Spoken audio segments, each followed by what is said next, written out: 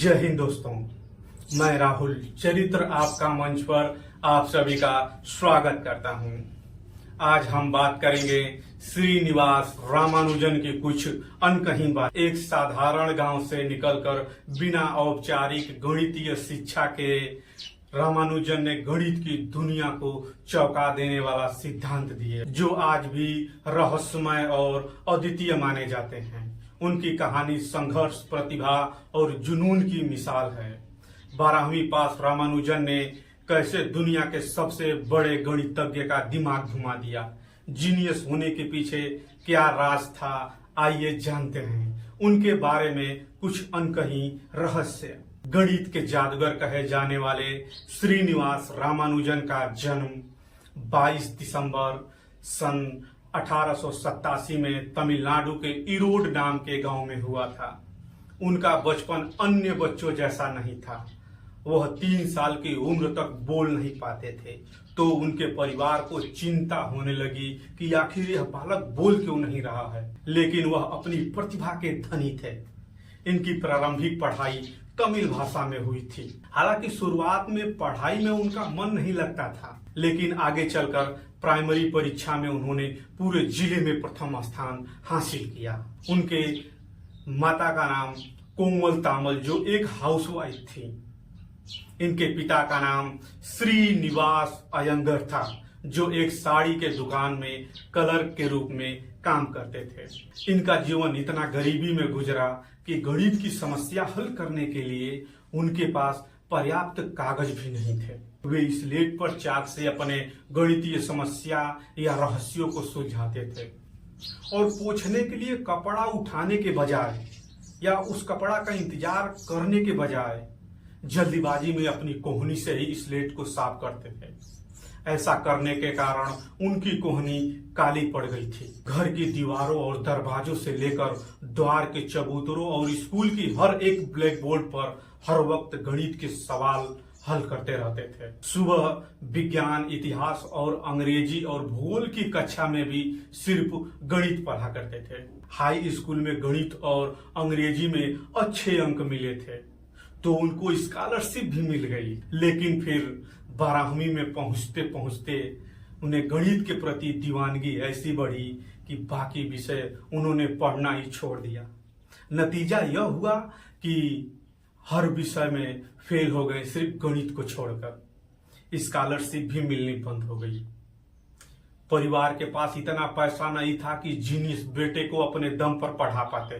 Private परीक्षा दिलाने की कोशिश हुई, तो वहां भी गणित छोड़कर बाकी हर विषय में फेल हो गए। रामानुजन की जिंदगी का वह बुरा दौर बहुत ही तकलीफों और संघर्षों से भरा था। वह अपना खर्च निकालने के लिए गणित का ट्यूशन पढ़ाते थे।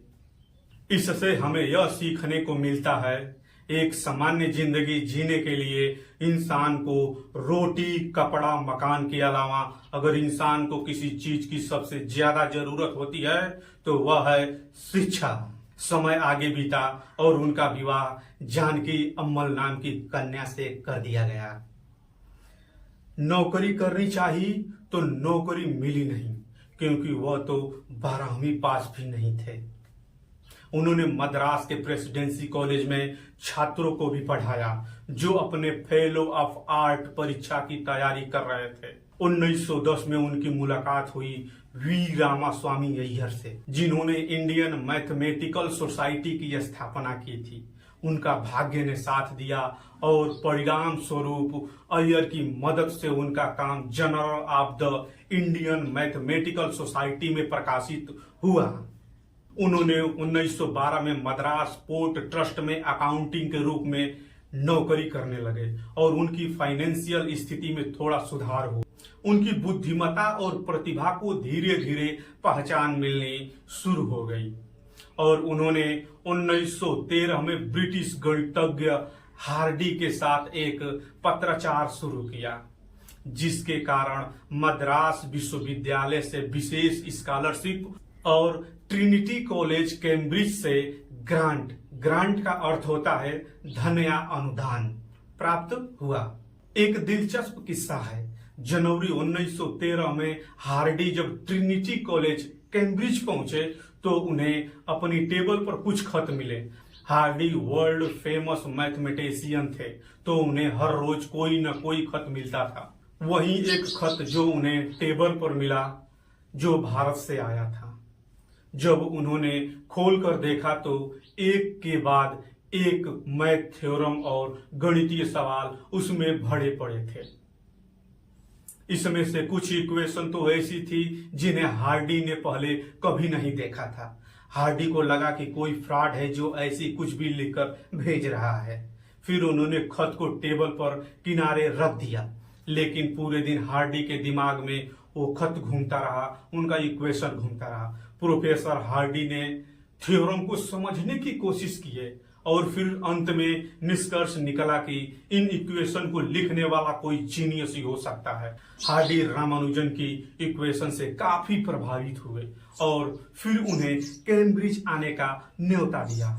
रामानुजन ने इनकार कर दिया क्योंकि उनके पास आने जाने के पैसे नहीं थे।